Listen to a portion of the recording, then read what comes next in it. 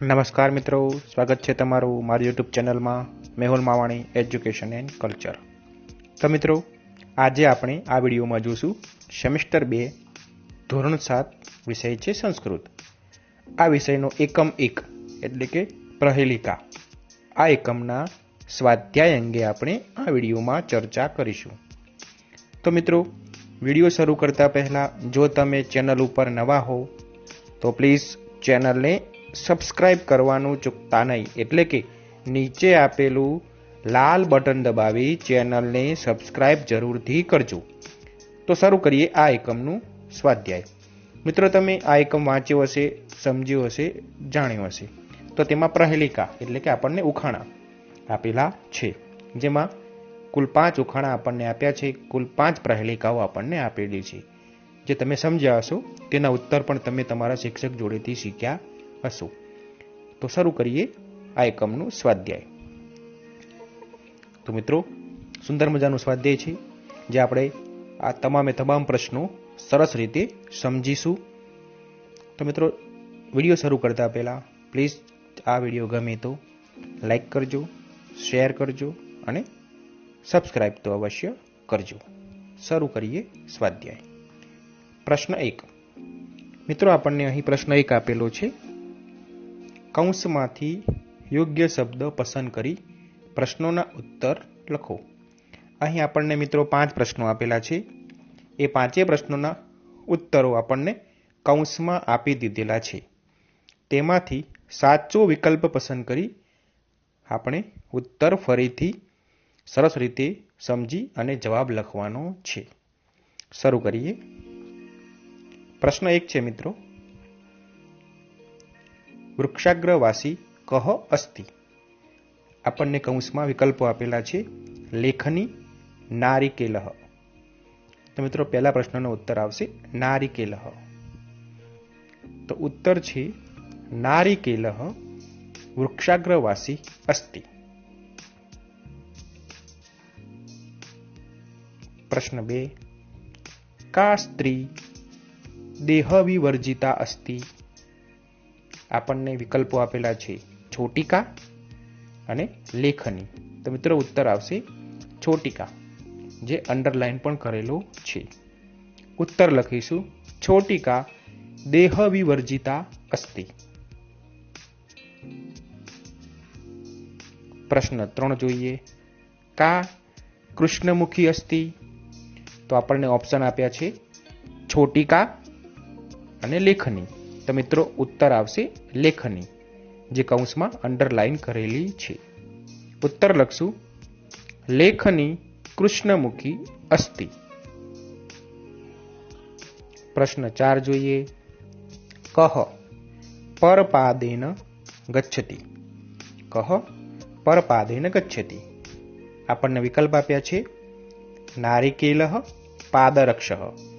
તો મિત્રો, ઉત્તર આવશે પાદરક્ષઃ. ઉત્તર લખીશું પાદરક્ષઃ પરપાદેન ગચ્છતિ. પ્રશ્ન 5 જોઈએ. કસ્તુરી કસ્માત જાયતિ. આપણને વિકલ્પો આપ્યા છે સિંહાત, મૃગાત. તો ઉત્તર આવશે પ્રશ્ન 5 નો મૃગાત. આપણે ઉત્તર લખીશું કસ્તુરી મૃગાત જાયતિ. તો મિત્રો, આ રીતે આપણે 5 પ્રશ્નોના વિકલ્પો સમજી સુંદર રીતે ઉત્તર લખી શકીએ છીએ. આગળ વધીએ. પ્રશ્ન 2 આપે છે મિત્રો, યોગ્ય જોડકા જોડો. અહીં આપણે 5 જોડકા જોડવાના છે, જે તમામ આપણે સમજીને ઉત્તરો લખીશું.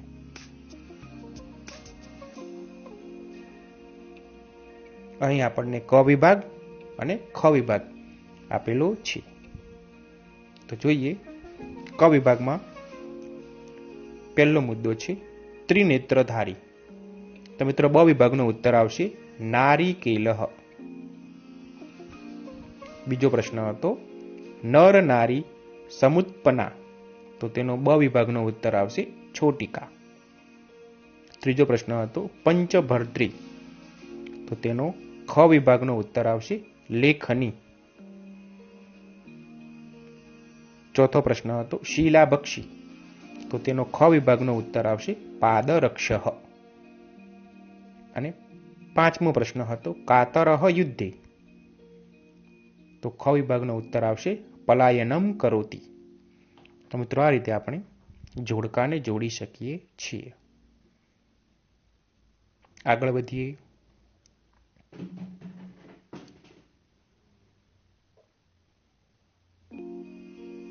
પ્રશ્ન 3 આપે છે મિત્રો, જેને આપણને સૂચના આપી છે નીચેના ઉદાહરણ મુજબ અન્ય શબ્દો બનાવો.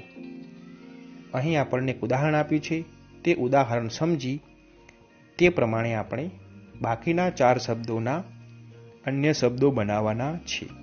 ઉદાહરણ જોઈએ. ઉદાહરણ આપ્યું છે મિત્રો વૃક્ષવાસી, તો તેની ઉપરથી વનવાસી, ગૃહવાસી અને સ્વર્ગવાસી, આ 3 નવા શબ્દો બને છે. હવે આ જ પ્રમાણે આપણે બાકીના 4 શબ્દોના નવા શબ્દો બનાવવાના છે. એટલે કે સમાન સરખા પ્રાસવાળા શબ્દો બનાવવાના છે. જોઈએ. પહેલો શબ્દ આપ્યો છે શૂલપાણી, તો તેની ઉપરથી પદ્મપાણી, શસ્ત્રપ્રાણી અને ચક્રપાણી, આ રીતે 3 નવા શબ્દો બનશે.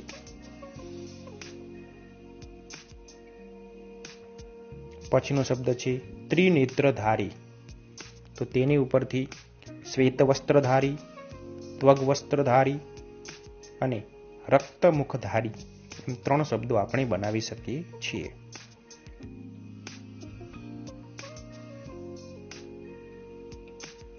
ત્રીજો શબ્દ છે શીલાભક્ષી, તો તેની ઉપરથી અન્નભક્ષી, ફલભક્ષી, માંસભક્ષી, એમ 3 નવા શબ્દો બનાવી શકીએ છીએ.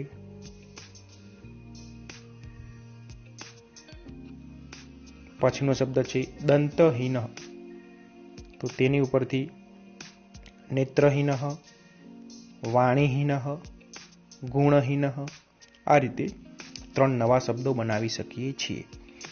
મિત્રો આ ઉપરાંત તમને કોઈ નવા શબ્દો આવડતા હોય તો તે પણ ઉમેરી શકો છો.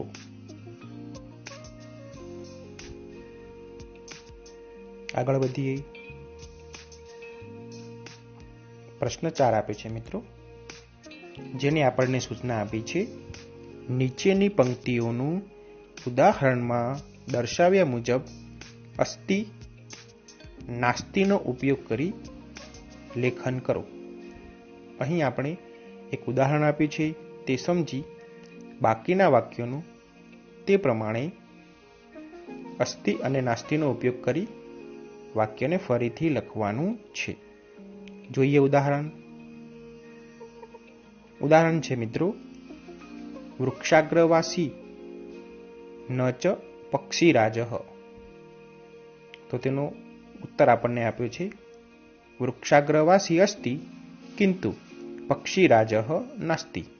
અહીં અસ્તિ અને નાસ્તિનો ઉપયોગ કરી વાક્ય ફરીથી લખેલું છે. આ પ્રમાણે આપણે બાકીના વાક્યો લખવાના છે. જોઈએ. વાક્ય નંબર 2 ત્રિનેત્રધારી ન ચ શૂલપાણી, તો મિત્રો ઉત્તર થશે ત્રિનેત્રધારી અસ્તિ કિંતુ શૂલપાણી નાસ્તિ.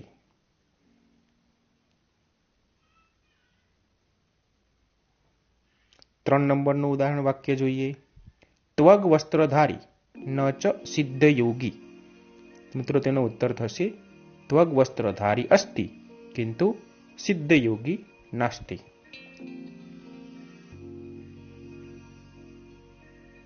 ચોથા નંબરનું વાક્ય જોઈએ. કૃષ્ણમુખી ન માર્જારી, અહીં ચ નો ઉપયોગ કરેલો નથી. તો મિત્રો ઉત્તર જોઈએ. કૃષ્ણમુખી અસ્તિ કિંતુ માર્જારી નાસ્તિ.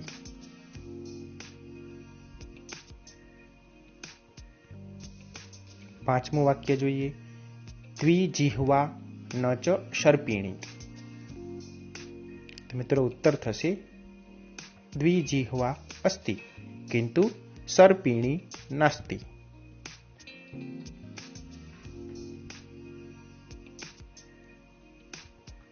વાક્ય નંબર 6 જોઈએ. પંચભર્તૃ ન પાંચાલી.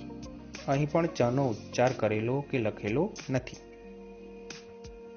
વાક્ય નંબર 4 અને વાક્ય નંબર 6 માં ચ એટલે કે અને મૂકેલ નથી, માટે આપણે પણ મૂકેલો નથી. ઉત્તર જોઈએ. પંચભર્તૃ અસ્તિ કિંતુ પાંચાલી નાસ્તિ. તો મિત્રો આ રીતે આપણે ઉદાહરણ પ્રમાણે બાકીના વાક્યો સુંદર રીતે સમજીને લખી શકીએ છીએ. આગળ વધીએ. પ્રશ્ન 5 આપ્યો છે મિત્રો. અહીં આપણને સૂચના આપી છે, આવી અન્ય પ્રહેલિકાઓ કે જે તમારા વિસ્તારમાં બોલાતી હોય તે શોધો અને વર્ગમાં કહો. તો મિત્રો તમે ધોરણ 8નો સંસ્કૃત વિષય છે, તેમાં પણ તમને પ્રહેલિકાઓ આપેલી છે, તે પણ તમે રજૂ કરી શકો છો, અથવા અન્ય ભાષામાં પ્રહેલિકા હોય તો તે પણ તમે લખી શકો છો. ઉદાહરણ માટે અહીં આપણે ધોરણ 8ની દ્વિતીય સત્રના સંસ્કૃતમાં જે પ્રહેલિકાઓ આપી છે તેમાંનો નમૂના રૂપે એક રજૂ કરેલી છે. જોઈએ. અપદો દુરોગામી ચ સાક્ષરો ન ચ પંડિતઃ અમુકઃ સ્ફુટવક્તા ચયો જાનતિ સહ પંડિતઃ.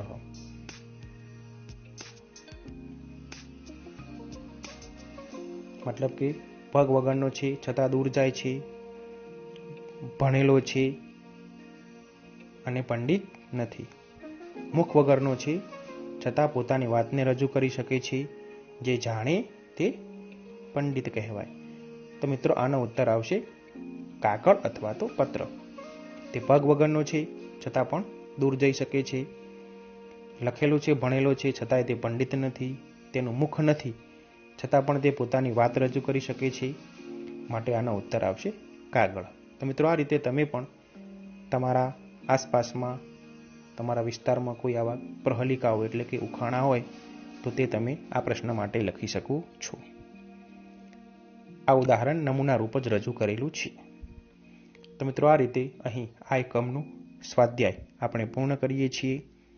આશા રાખું છું કે તમને ખ્યાલ આવી ગયો હશે.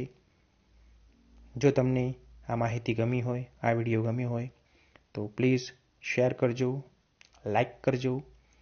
કોઈ પણ પ્રશ્ન ના સમજાય તો કોમેન્ટ બોક્સમાં કોમેન્ટ કરજો, જેથી નવો વિડીયો લઈને આવું તો તેમાંથી પ્રશ્નને સમાવી શકીએ અથવા તો પ્રશ્નનું સમાધાન શોધી શકીએ. અને ખાસ સબસ્ક્રાઇબ કરવા નમ્ર વિનંતી. તમારો આભાર.